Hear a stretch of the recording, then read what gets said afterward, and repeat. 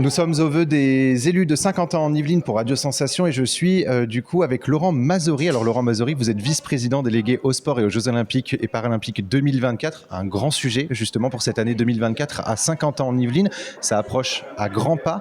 Qu'est-ce qu'il y a comme projet justement mis en place pour ce grand événement ? Bonsoir, d'abord bienvenue au Vélodrome national de 50 ans en Yvelines qui accueillera les épreuves de cyclisme sur piste et également les épreuves de cyclisme paralympique. Donc c'est important, vous êtes dans un lieu symbolique. Alors quand vous voulez savoir ce qui se passe sur le territoire, vous voulez dire en matière d'épreuves ou en plus des épreuves ? En plus des épreuves. Ah, en plus des épreuves. Vous avez vu, pour une fois je renverse les rôles, c'est moi qui pose des questions au Vélodrome, c'est l'avantage.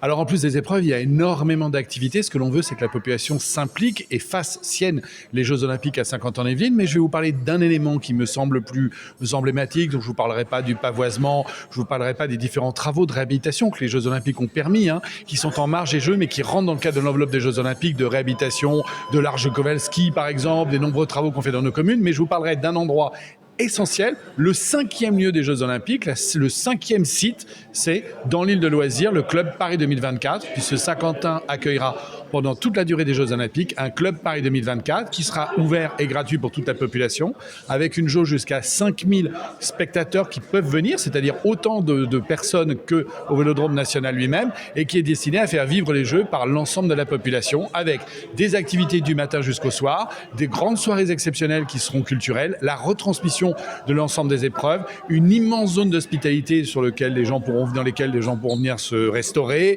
goûter des spécialités locales. Ce qu'on en a voulu, contrairement aux autres sites, c'est que nous ayons la capacité d'accueillir des spécialités locales au Made in 50 en Yvelines, comme on dit en anglais, mais voilà, donc fait peut-être un petit peu dans les foyers des 50inois, mais aussi des éléments de démonstration de la qualité des productions des entreprises de 50 en Yvelines, en matière de restauration, mais en matière de différents éléments d'animation du territoire et une grande présence des entreprises de 50 ans en Yvelines qui arriveront toutes avec des animations destinées à notre population, montrant leur savoir-faire, leurs innovations. Bref, vous viendrez en famille et vous passerez pendant tous les Jeux Olympiques un vrai moment exceptionnel dans ce club Paris 2024 et nous accueillerons très régulièrement des sportifs qui, quittant les différents lieux d'épreuve, viendront un petit peu comme dans le Club France, bien expliquer ce qu'ils ont fait et je l'espère les nombreuses médailles d'or qu'ils nous ramèneront. Vous parliez du savoir-faire, justement. Alors, au-delà du savoir-faire à la fois de l'Île-de-France, de France et des Yvelines, vous voulez justement montrer ce savoir-faire de 50 ans en Yvelines, des 50inois ? Alors c'est la deuxième volonté et raison d'accueil des Jeux Olympiques, c'est de montrer le savoir-faire de 50 ans en Yvelines en matière d'accueil de grands événements sportifs, mais aussi montrer au monde entier toute la qualité de ce territoire par évidemment son environnement particulièrement bleu et vert. Bleu parce qu'on y a beaucoup d'étangs et qu'on a donc toute cette biodiversité. Vert parce qu'on y respire. Et puis c'est une évidence, montrer le savoir-faire de nos entreprises au monde entier. Nous avons ici toute la panoplie du savoir-faire mondial en matière de nouvelles technologies, d'innovation, qui sera donc ainsi mis en avant pour l'ensemble de celles et ceux qui viendront nous faire l'honneur de visiter notre territoire à travers les Jeux Olympiques. Alors, une question que je vous ai déjà posée lors de nos émissions quand on s'est rencontrés dans nos studios, je vous la repose aujourd'hui.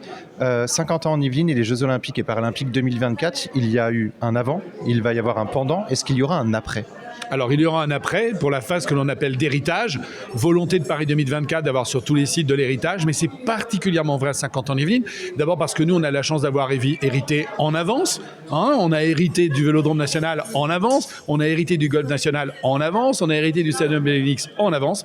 Mais nous aurons un vrai héritage matériel avec la colline d'Elancourt qui sera, une fois les Jeux Olympiques terminés, à nouveau en chantier pour accueillir des pistes de VTT de différents niveaux, un petit peu comme au ski, de la piste bleue jusqu'à la piste noire qui sera celle des Jeux Olympiques, pour que l'on puisse à la fois s'y promener et en même temps y pratiquer le VTT en toute sécurité, quel que soit son niveau. Là, on a un vrai héritage matériel.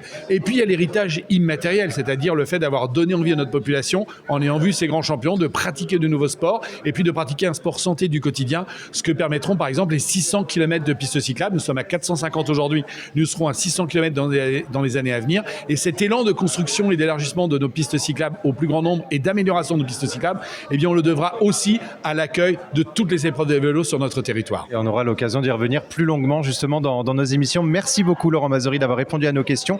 Et nous, on poursuit notre rencontre des élus de 50 ans en Yvelines tout au long de la soirée. C'est sur Radio Sensation, pardon.